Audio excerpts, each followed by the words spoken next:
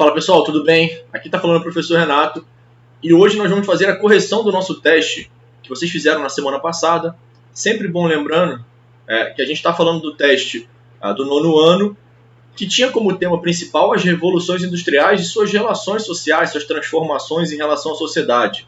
E além do que a gente trabalhou em sala de aula com o nosso caderno, nós também utilizamos para a prova, e foi avisado isso, que nós tínhamos materiais de apoio. Afinal de contas, nós sabemos que nesse ano de pandemia, de volta às aulas gradativa, nós temos um tempo de aula diminuto e nós precisamos, obviamente, otimizar isso utilizando outras ferramentas. E aí eu coloquei para vocês, por semana, algum material extra que era necessário, principalmente para que vocês fizessem uma boa prova. Então, nós botamos aí na primeira semana eu coloquei um vídeo chamado Transformações no Espaço, que serviria para as 3 semanas de aula. Vocês podiam ver aos poucos, ou ver tudo no final, ou ver tudo de início, porque ele mostraria exatamente como as revoluções industriais impactaram, em cada uma a seu momento, a forma como a vida acontecia. Em segunda semana, ainda na primeira semana, eu coloquei um outro vídeo, um desenho, sobre a Revolução Industrial, que mostra os principais aspectos do pioneirismo inglês, algumas questões importantes que a gente abordou em sala e que também apareceriam de novo na prova. Depois eu coloquei na segunda semana, falando já sobre a segunda Revolução Industrial, sobre o Fordismo, 3 imagens, uma questão sobre um vídeo sobre clássico, sobre os tempos modernos, aquele filme do Charlie Chaplin que mostra ele trabalhando na fábrica num típico sistema fordista de produção em série, acelerado, com a máquina controlando o homem, a loucura dele aparecendo, então vocês já tinham tido contato com esse vídeo é bastante conhecido do público geral. Eu coloquei um outro vídeo também falando um pouquinho sobre os loucos anos 20, para vocês entenderem o papel do Fordismo nas transformações da sociedade como um todo, nas festas, no cinema, de como isso modificou, e foi um processo de transição, a Revolução Industrial como sendo uma revolução social também, dos costumes, entre outras questões. E eu coloquei também uma música dos Paralamas do Sucesso chamado Capitão da Fábrica, que mostra exatamente o cotidiano de um trabalhador de uma fábrica típica do sistema fordista, que ele acorda para trabalhar e vive para trabalhar, entre outras coisas, está cansado demais, é isso que a música conta. E por último, na terceira semana, quando a gente entrou em terceira Revolução Industrial e globalização, eu coloquei 3 textos para vocês. Um falando sobre os muros e a globalização, essa incidência de muro que separa o México dos Estados Unidos, entre outros muros aí, mundo afora. Falei um sobre o típico dia de um norte-americano, para vocês entenderem como que o nosso cotidiano é recheado de interações globais, desde o momento que a gente acorda e come um pãozinho que é francês,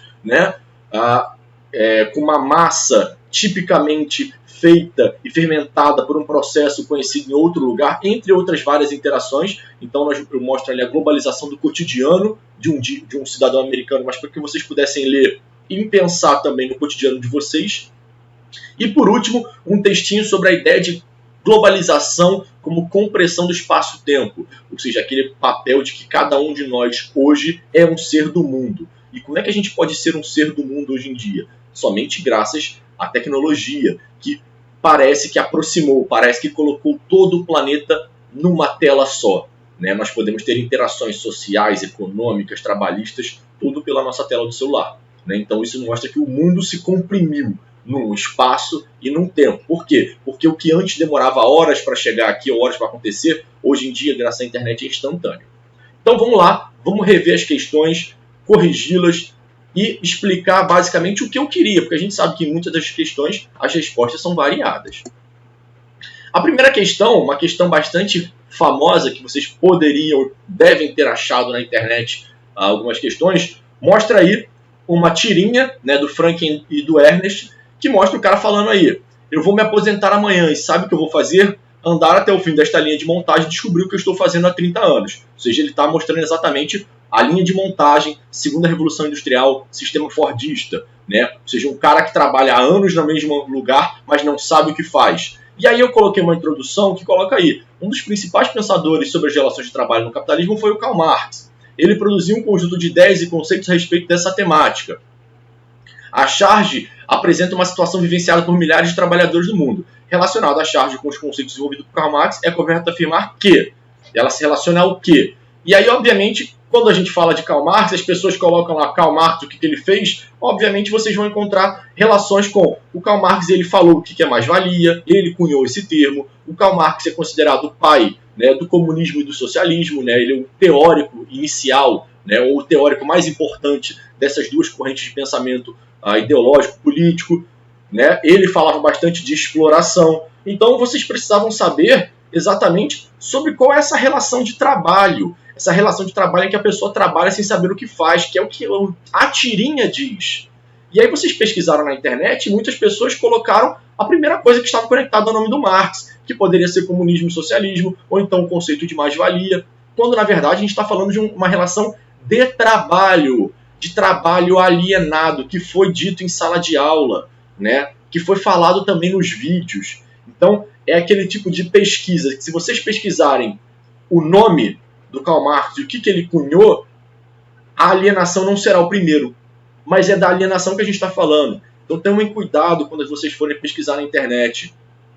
As pesquisas na internet, como a gente sabe, são muito amplas. Você escrever Karl Marx no cache do Google lá, vai aparecer centenas de milhões de informações. E não é a primeira informação que é a correta. Vocês têm que saber o que eu estou querendo saber. E se vocês lessem a tirinha, vocês entenderiam que é uma pessoa que faz um monte de coisa, né, trabalha há anos no mesmo lugar sem saber no que trabalha. Isso sim é o conceito de alienação. É quando você faz aquilo sem saber por que faz aquilo. Né? E essa palavra alienação também é utilizada hoje em dia amplamente. Alienação política, alienação parental, alienação, né, de várias coisas. Quando você faz alguma coisa sem saber a origem daquilo, sem saber por que você faz aquilo, qual a finalidade daquilo. Né? Isso era muito típico da segunda Revolução Industrial. As pessoas trabalhavam num único serviço a vida inteira sem saber, obviamente, no que trabalhavam, né? Ou qual era a funcionalidade daquele serviço. Elas só trabalhavam.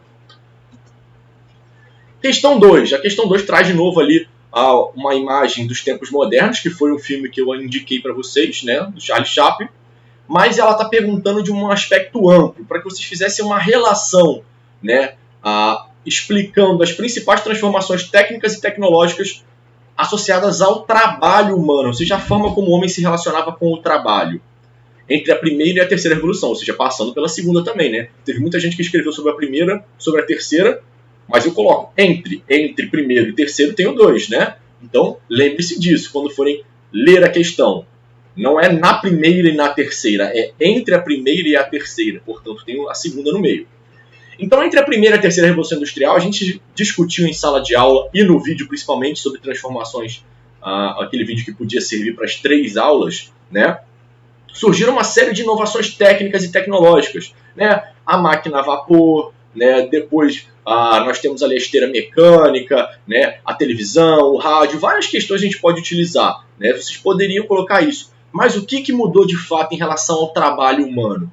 O trabalho humano, que antes era artesanal, manual, foi cada vez mais, e é isso que eu queria que vocês escrevessem, aquele trabalho que era manual, feito pelo homem e seu conhecimento, ele foi cada vez mais sendo modificado e transformado pela inserção da tecnologia e das máquinas.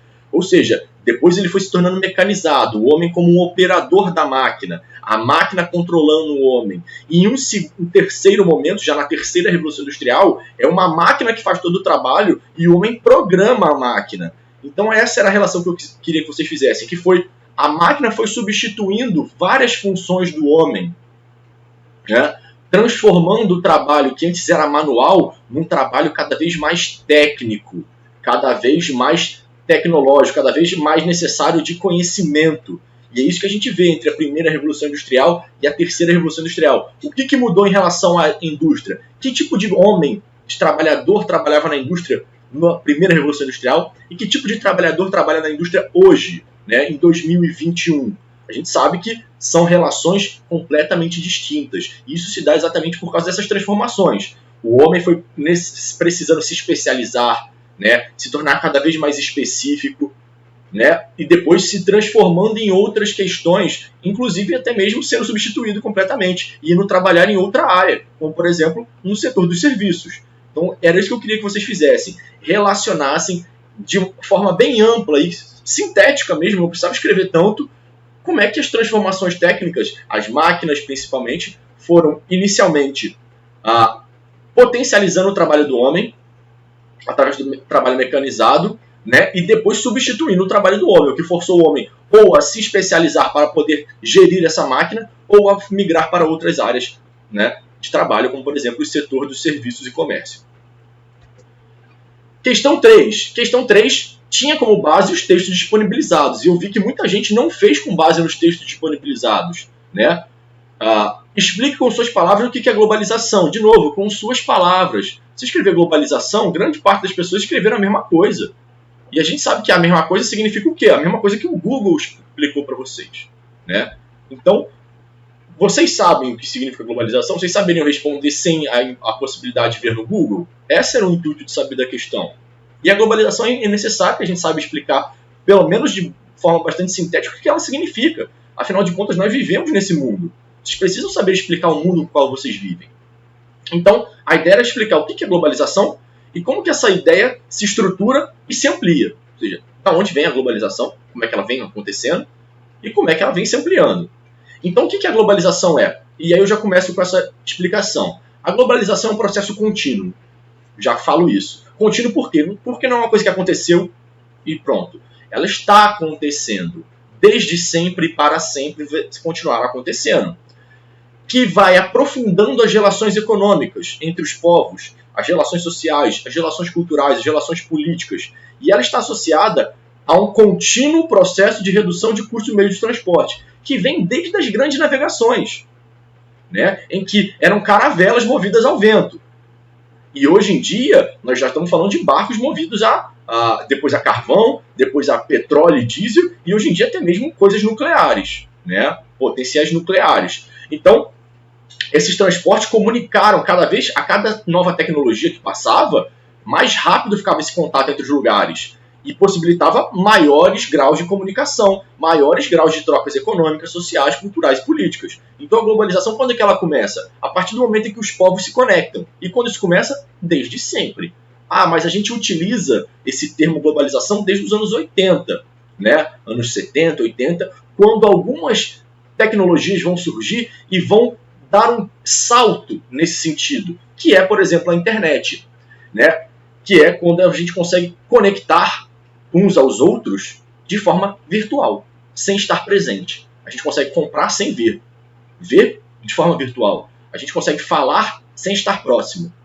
Isso é globalização. A gente consegue ser um agente global, ou seja, modificar ou influenciar outras pessoas de outros lugares do mundo, nunca estando lá, por exemplo. Né? Então, isso é a globalização no atual sentido do termo.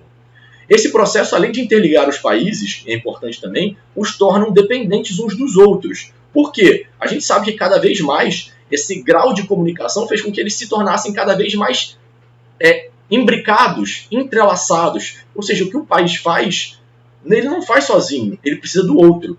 E o que o outro faz tem relação com o outro. Ou seja, o que acontece num país acaba reverberando em outros países. A globalização é isso. É uma conexão, uma rede de comunicação que impacta a todos, obviamente de forma diferente, e se dá, obviamente, de nível internacional.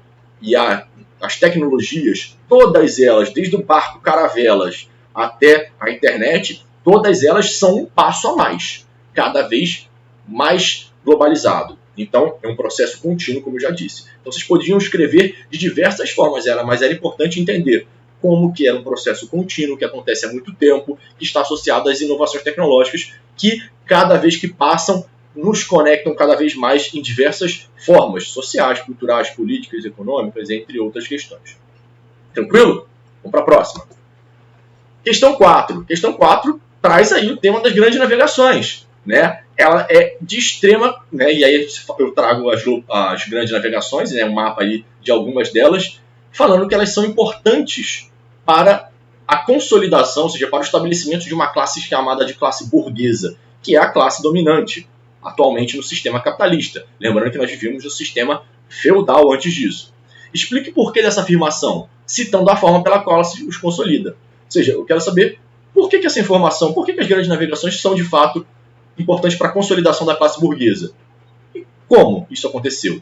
E aí é importante a gente lembrar que as grandes navegações, elas são as responsáveis por transformar a classe burguesa em hegemônica. Por quê? Porque elas trouxeram muita riqueza. As grandes navegações são as responsáveis diretas por uma infinidade de riqueza, de acumulação de capital. Então é importante a gente entender, né, como que isso acontece e como que isso vai potencializar os ganhos da classe burguesa. E potencializando os ganhos da classe burguesa, nós estamos falando aí de uma relação que vai os consolidar como poder político. Os consolidando como poder político, são eles que vão dominar a sociedade a partir de então. Então era preciso que vocês falassem disso, de como esses ganhos econômicos, que nesse momento das grandes navegações são astronômicos para o que existia até então, fazem com que os burgueses se tornem hegemônicos, os maiores e mais importantes seres de classe política da sociedade até aquele momento. E a questão 5, né, eu coloquei um mapa, né, um desenho, que também aparecia para vocês no terceiro texto, ou num dos textos da semana 3, aquele texto sobre compressão do espaço e do tempo, né? E nessa imagem a gente consegue ver exatamente como que as evoluções tecnológicas associadas aos transportes parece que diminuem o planeta. É essa a ideia da compressão do espaço-tempo. E aí a pergunta é: as revoluções industriais comprimiram o espaço e o tempo. Explique essa afirmação. Se vocês tivessem lido o texto, né, vocês poderiam ter utilizado e resumido o que o texto dizia. Então, o que o texto dizia e qual seria a resposta para isso? Que a ideia de compressão do espaço e do tempo se relaciona com os avanços do meio de transporte, como a gente pode ver também na imagem. Nós estamos falando de barcos a vela, barcos a vapor, jatos e os jatos mais velozes, né? Estamos falando aí de evoluções técnicas dos barcos, evoluções técnicas das aeronaves. Então, ela se relaciona com os avanços no meio de transportes. As grandes distâncias, né, deixaram ou estão deixando de ser um obstáculo. Por quê? Porque antes o que a gente demorava, né, o que os portugueses demoravam meses para chegar ao Brasil, hoje em dia se chega em horas. E se a gente for falar de virtualmente, se chega em segundos, né? Milésimos de segundos graças à internet, dependendo do que a gente for fazer. Então, ao mesmo tempo, esses avanços nos meios de comunicação também encurtaram o tempo, como se vê no exemplo citado acima. Por quê? Porque num dia, hoje em dia, em um dia, ou seja, em 24 horas, nós conseguimos fazer e interagir com o mundo inteiro, coisa que seria impossível antigamente. Então a gente consegue, ao mesmo tempo, graças às tecnologias, ter a ideia de que o mundo é menor, porque o mundo está na palma da nossa mão. E da mesma forma com que o mundo é menor, o tempo é maior. Por que o tempo é maior? Porque nós conseguimos, no mesmo espaço de tempo, fazer muito mais coisas, né? Então, essa compressão do espaço do tempo significa o quê? Que parece que o mundo hoje em dia está na palma da nossa mão. Essa é a ideia da compressão do espaço-tempo. Ou seja, o que levava semanas para chegar até aqui, hoje em dia chega em segundos, né? A notícia, as pessoas que demoravam meses para chegar aqui, hoje em dia chegam em horas. Ou seja, mas o tamanho do planeta é o mesmo. O que mudou são as tecnologias.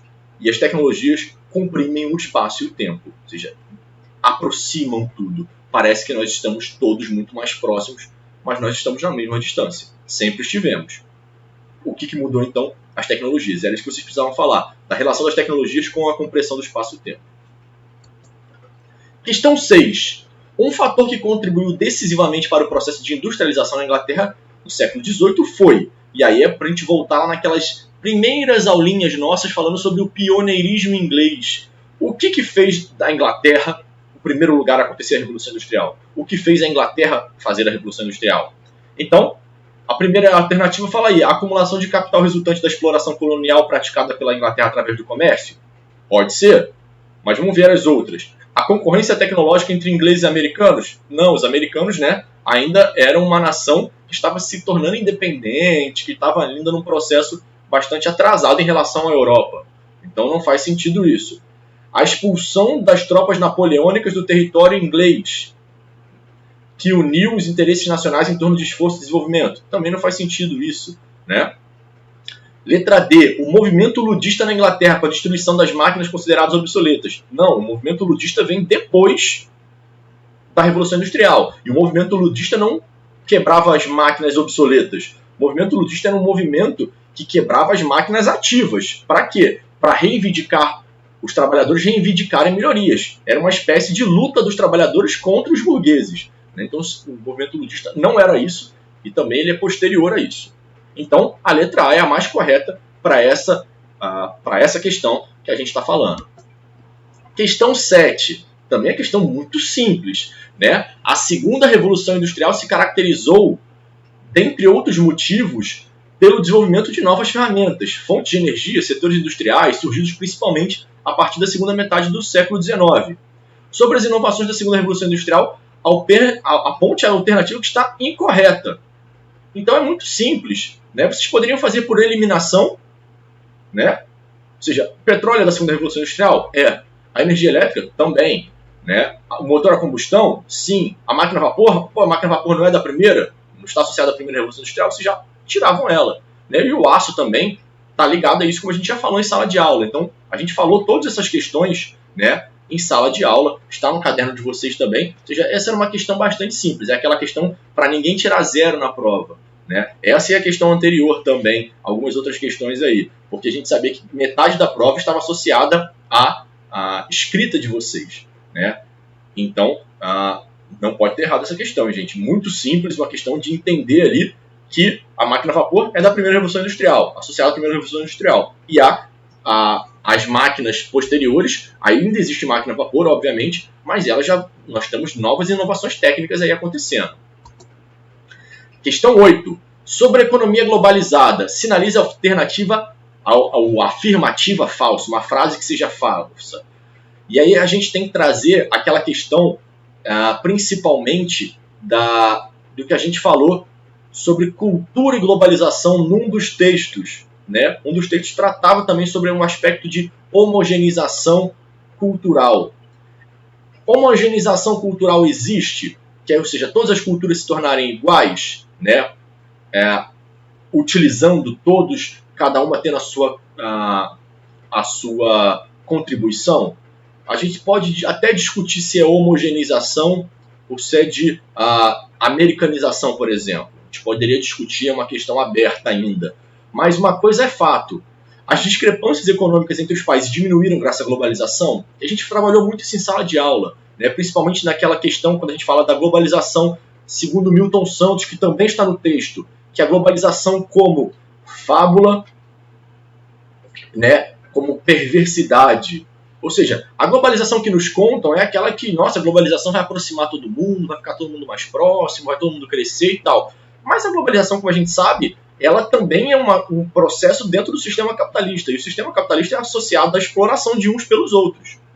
Portanto, por mais que a gente consuma, a gente tenha acesso ao consumo e participe da produção dos produtos tecnológicos, ou seja, temos acesso à Apple, à Nike, aos produtos que todos os lugares mais ricos têm, isso não significa que a nossa economia está crescendo, porque esses produtos são de origem americana ou de origem europeia. Portanto, a distância aumenta. Então, reduziu a discrepância? Não. Ampliou a discrepância. Portanto, essa letra A é falsa. Né? É uma alternativa falsa. Letra B. Homogeneizou as culturas e reduziu as discrepâncias econômicas entre os países. Nossa, é a mesma questão. Então, agora que eu percebi. Mas se vocês colocaram a letra A ou a letra B, então estava correta. Deu visibilidade às minorias, povos e culturas de recantos isolados do mundo? A gente sabe que não. Minorias continuam sendo minorias, né? E principalmente devido à homogeneização de culturas, suas formas culturais vão acabar sendo apagadas ao longo do tempo. E letra D, ampliou a xenofobia e os conflitos étnicos e religiosos em todos os lugares? Não, também a gente sabe que isso não aconteceu. Questão 9. Dentre as consequências sociais forjadas pela Revolução Industrial, pode-se mencionar o desenvolvimento de uma camada social de trabalhadores destituídos dos meios de produção. Né? Dentre as consequências sociais forjadas pela Revolução Industrial, pode-se mencionar. Então, o que aconteceu em relação à Revolução Industrial? Quando a gente fala Revolução Industrial, a gente está falando da primeira, senão a gente teria falado segunda ou terceira. Quando não vem dizendo qual ela é, a gente está falando da primeira. Então, a gente pode mencionar que surgiu uma camada social de trabalhadores? Sim, lembra? O êxodo rural, o pioneirismo inglês, né, dando origem aos trabalhadores. que, destituídos dos meios de produção, passaram a sobreviver sobre a venda de sua força de trabalho. Sim, o surgimento do trabalho assalariado, portanto, essa está correta. Letra B, melhoria nas condições de habitação e sobrevivência para o operariado? A gente sabe que não, né? A melhoria só vai vir depois de algum tempo, principalmente associado entre a transição entre a primeira e a segunda Revolução Industrial. A ascensão social dos artesãos, que se reuniram seus capitais e ferramentas e oficinas, e não, também não, os artesãos foram contratados pelos burgueses. Quem teve uma ascensão social foram os burgueses, os comerciantes. E letra D, criação do Banco da Inglaterra com o objetivo de financiar a monarquia. Não, o Banco da Inglaterra não financiava a monarquia, e sim financiava a burguesia, né, que gerava emprego naquele momento. Então, a questão 9 é a letra A.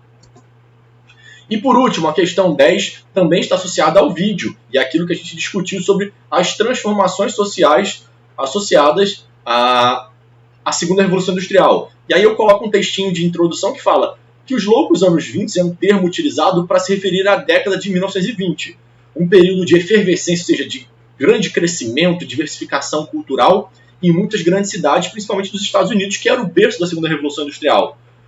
Principalmente durante uma época que estava uma sustentação dos ganhos dessa Revolução Industrial, ou seja, o dinheiro estava rolando solto. E aí a pergunta é, como que a indústria do entretenimento contribuiu para as transformações sociais e econômicas desse momento da história? E aí, para a gente relacionar como é que a indústria do entretenimento surge, como a gente sabe que ela é importante até hoje, e como ela está associada a esse momento de efervescência cultural. E aí o que a gente precisa entender é que a indústria do entretenimento foi uma das principais responsáveis pelas mudanças sociais, pois ela, associada ao crescimento econômico, possibilitou o surgimento do consumismo, que além de produtos materiais, também começa a ser potencializado pela indústria da propaganda, como cinema, lazer, festas, músicas. Então o que eu estou querendo dizer é que a gente teve uma série de processos que os trabalhadores ganhando mais, os burgueses se viram na necessidade de fazer com que o dinheiro dado aos trabalhadores retornasse aos seus bolsos. E aí eles começaram a criar necessidades que antes não existiam. A necessidade do lazer, né? As pessoas antigamente iam para casa depois do trabalho e dormiam. E aí eles começam a embutir que ser feliz não é ir para casa e dormir. Ser feliz é ir para o cinema. Que o cinema é legal, que uma festa é legal, que ir ao bar, que dançar, que ouvir música é legal. Isso começa a ser propagandeado, né, nos rádios, propagandeado nos outdoors, né, na boca do povo, nos jornais, nas revistas, tudo da época, nas formas de comunicação da época, e as pessoas gradativamente vão colocando no seu cotidiano, né, o lazer. E o lazer, como a gente sabe, é consumido, é pago. Você paga o cinema, você paga para ouvir a música, você paga para comer e para beber. Então, esse pagamento ia para a mão de algum empresário. E geralmente esse empresário era um burguês, né, que também tinha ali seus ramos empresariais, seus ramos industriais. Ou seja, é uma diversificação, ou seja, é fazer a economia girar através do consumo, através do lazer. E isso, obviamente, gerou uma série de ganhos sociais, né, de libertações sociais, uma transformação da estrutura social que existia até a época, mas também foi muito benéfico para os burgueses da época. Bom, pessoal, espero que vocês tenham compreendido as questões, tenham visto os seus erros, né? Tenham visto os seus acertos também, o que poderia ter sido melhorado em relação às suas respostas, o que vocês tiveram dúvida, e essas dúvidas tenham sido sanadas. Se não, respondam aqui quando a gente postar esse vídeo e a gente se vê na semana que vem, já presencialmente. Um abraço, pessoal, e até mais.